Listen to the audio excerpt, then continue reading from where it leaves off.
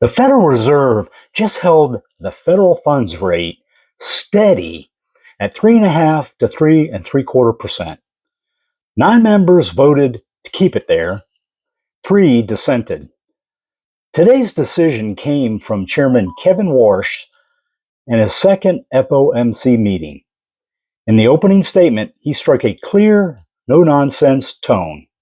The economy is resilient, inflation is still too high, and 2% target is not negotiable.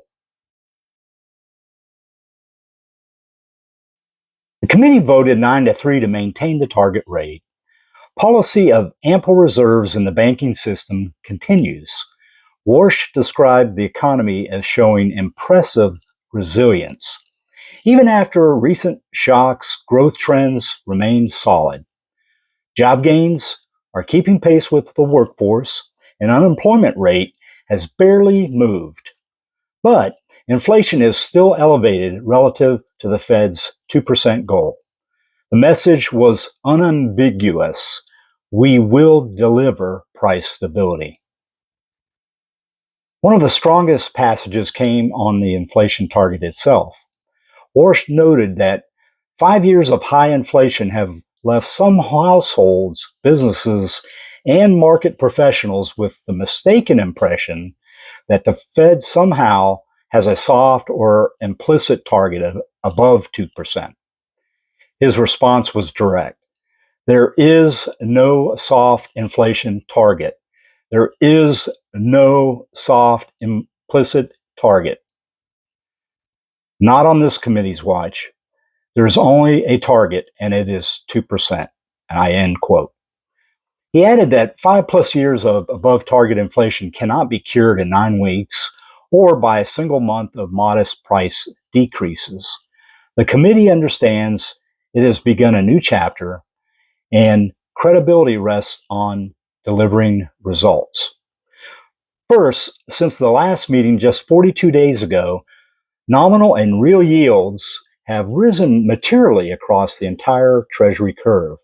Some of those moves rank among the largest between the FOMC meetings in the past 2 decades.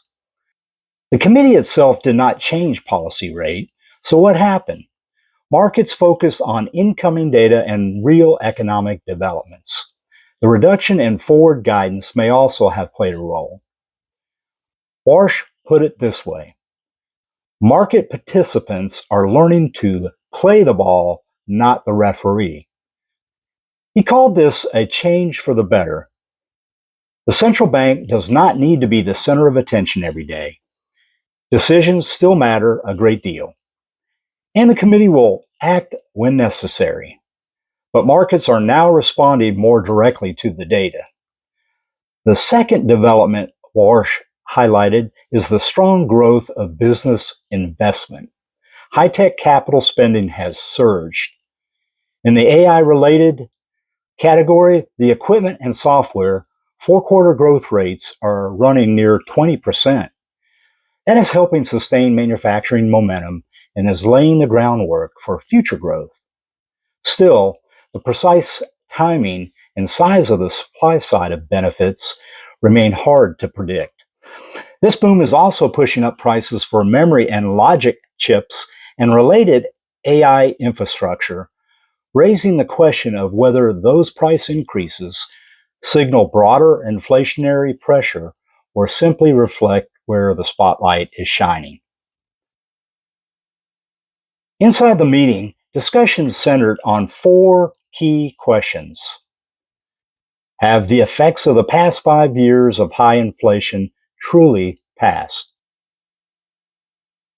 Do the different shocks of recent years, pandemic, supply chains, conflicts, energy disruptions, tariffs, and the AI investment surge, produce different effects on the output and employment?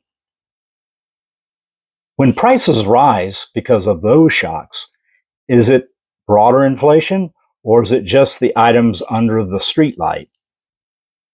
And fourth, with interest rates as the primary tool, how much accommodation is still coming from the balance sheet? Warsh closed by saying the Fed is asking the right questions at a consequential time. So the rate is on hold, the 2% target is non-negotiable, markets are being given more room to react to data, and the AI-driven investment boom is both a growth positive and a policy complication. That's the message from Chairman Warsh's opening statement on July 29, 2026. According to Freddie Mac, the national average mortgage rate is 6.58%. The next FOMC meeting is scheduled for September 15th and 16th. If you found this useful, please like and subscribe for more Fed and market breakdowns. Drop your questions in the comments below, and I'll see you in the next one. So I'm curious, what did you think the Fed was going to do with this latest meeting today? Did you think they were going to reduce rates? Did you think they were going to raise rates or keep them where they're at? Drop a comment below. Let me know your thoughts.